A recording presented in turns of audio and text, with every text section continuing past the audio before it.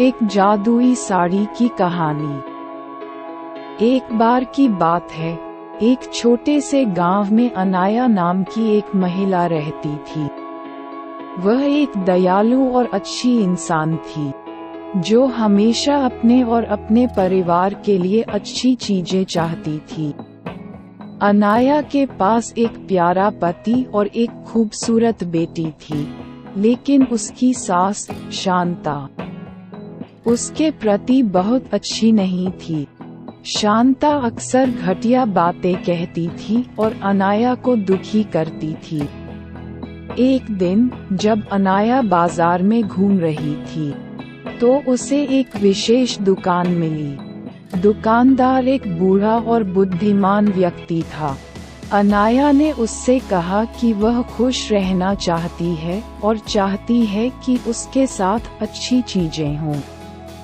भले ही उसकी सास निर्दयी थी, दुकानदार मुस्कुराया और उसे एक अनोखी साड़ी दिखाई। उन्होंने कहा कि यह जादुई साड़ी है और यह उसके जीवन में सौभाग्य और खुशियां लाएगा।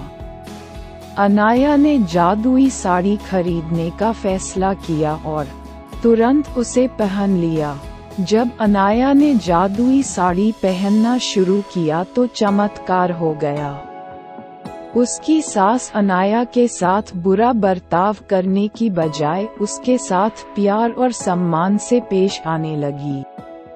अनाया बहुत खुश थी क्योंकि उसकी सास उसकी सबसे बड़ी समर्थक और सबसे अच्छी दोस्त बन गई थी।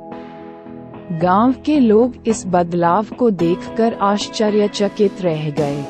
जादुई साड़ी की वजह से अनाया के परिवार में खुशियां आने लगीं। गांव बहुत अच्छी जगह बन गया और अनाया का पति सफल हो गया।